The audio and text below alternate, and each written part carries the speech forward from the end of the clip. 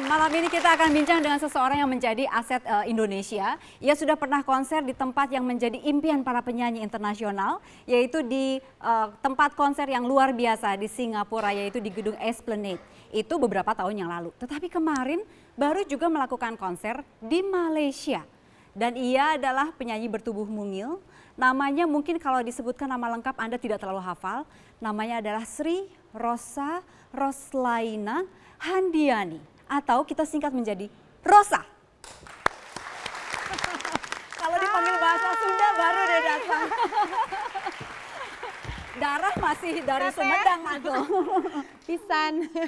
Mani cantik. Ini teman-teman mahasiswa dari UPI. Selamat malam. Sekarang aku pengen ngobrol dulu yang kemarin mungkin baru selesai. Di Malaysia, baru konser, jadi juri ini itu, jadi coach ini itu. Capek nggak sih ya?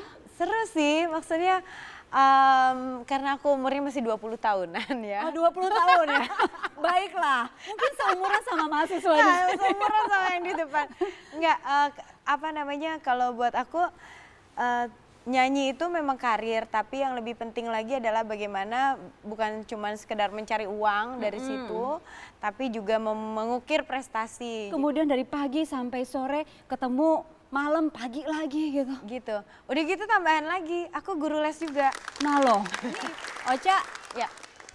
badannya mungil kan, kecil ya. Orang pasti udah lupa kalau Ocha itu udah punya anak gitu ya. Bener umur 20 tahun mantap di situ. Tapi kita lihat tahun, ini 15 tahun yang lalu. profilnya Rosa ya. Oke. Kita lihat dulu.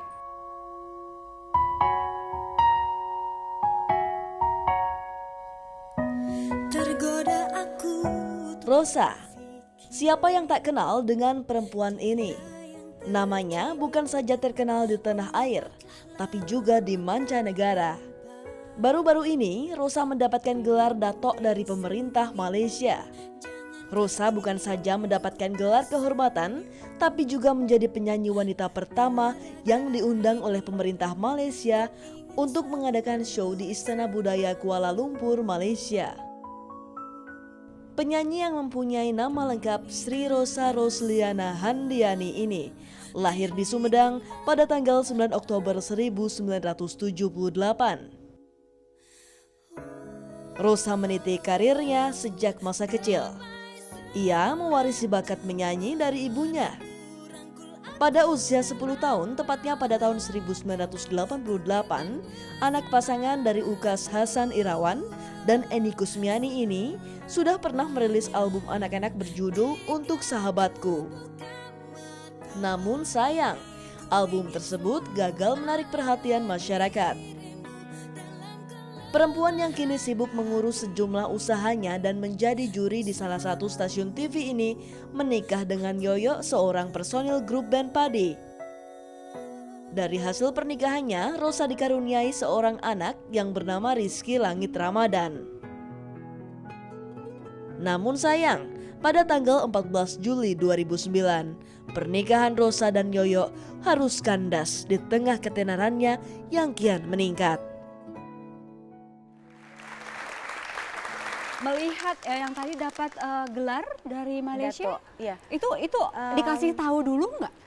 Jadi 2 tahun yang lalu saya dihubungi oleh Kerajaan Pahang, salah satu kerajaan terbesar di Malaysia, dikasih tahu bahwa saya tuanku ingin memberikan gelaran Dato'. Sementara saya rasa saya satu-satunya penyanyi dari Indonesia yang mendapatkan gelar Dato' itu. Dan apa namanya, kalau tidak salah kalau dari dunia tuh mungkin Shah Rukh Khan, Jackie Chan kalau nggak salah, mereka karena mereka pernah bermain film di Malaysia, jadi mereka mendapat gelar Dato'. Jadi apa menurut mereka pertimbangannya apa? saya gitu? juga nggak ngerti tahu sih. nggak ke Rosa? Saya juga nanya kenapa ya, cuman titah tuanku gitu. Jadi kalau tuanku, kalau di sana kalau raja memang sudah bertitah ya memang nggak boleh ada Ngefans yang banget berarti ya? Jangan tahu sampai lah. diambil istri yang kesepian. Sudah tua kok rajanya. Tapi seneng pasti ya. Seneng, Artinya itu ada alhamdulillah. privilege khusus nggak kalau Oh, misalnya pasti. untuk Ocha datang ke Malaysia Iya, gitu? iya. Kalau di sana memang gelar Dato' itu hanya untuk orang-orang yang mungkin pengusaha ataupun apa namanya seperti Siti Nurhaliza, Dato Siti Nurhaliza, Dato Sheila Majid, dan nggak semua orang bisa dengan mudah dapat gelar datuk begitu gitu. Buat saya itu bukan hanya mereka menghargai saya secara pribadi, kalau menurut saya lebih menghargai saya sebagai warga negara Indonesia gitu, bahwa mereka menghargai musisi Indonesia gitu. Jadi gitulah. Wow. Oke, kita ada beberapa artikel. Oke. Nggak usah deg-degan. Oh. Kalau di 1 jam tuh harus banyak deg-degan ya. Banyak. Ada artikel yang pertama dulu kita lihat. Rosa merinding diminta konser di Istana Budaya Malaysia. Beneran merinding. Istana Budaya itu seperti Royal Albert Hall. Jadi tidak semua artis Malaysia pun bisa tampil di situ. Dan bayangkan puluhan tahun itu Istana Budaya ada. Dari zaman P. Ramlee, dari zaman dulu banget. Dan saya merupakan artis Indonesia, wanita Indonesia pertama yang menggelar konser di situ selama 2 hari. Wow. Jadi itu kalau mau tampil di situ itu bisa harus ada persetujuan dari pemerintah, dari kerajaan. Dan saya minta untuk menyanyi di Istana Budaya itu 5 tahun yang lalu. Saya ditolak. Nah waktu itu 2 bulan Maret saya ditelepon dari Istana Budaya diminta untuk melangsungkan konser. Mereka yang minta. Mereka telepon gitu, Dato Rosa, saya dari Istana Budaya, dia bilang, Dato Rosa berkenankah untuk membuat sebuah persembahan khusus?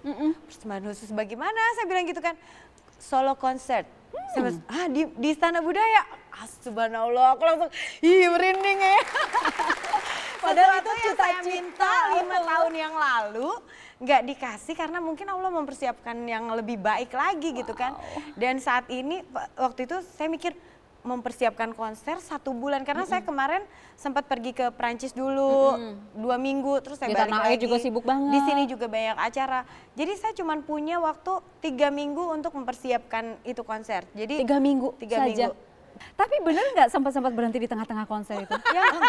Yang waktu salah nyanyi atau apa gitu bukan ya? Oh itu bukan. Jadi waktu itu aku sempat serak karena saya konser 2 hari. Saya konser 2 hari. Hari kedua itu saya bangun nggak ada suara. Hari kedua Bayangkan tuh. saya mau konser tunggal, bangun tidur suara saya gini, aduh kok suara aku nggak ada gitu. Beneran nggak ada. Beneran nggak Bener-bener keluar. jadi aku nyanyi gitu bener-bener yang karena mungkin kecapean karena 3 minggu tuh saya latihan koreo aja sehari 2 lagu. Sementara waktu itu saya nyanyi itu selama 2,5 jam, mungkin sekitar 27-29 lagu setiap malam. Oke. Jadi pas bangun tidur, waduh itu segala macam doa, sholat semua. Udah dicoba minum apa? Susu soda, minum obat Cina, segala macam. Salah satu tapi menurut saya yang paling mujarab adalah doa ibu.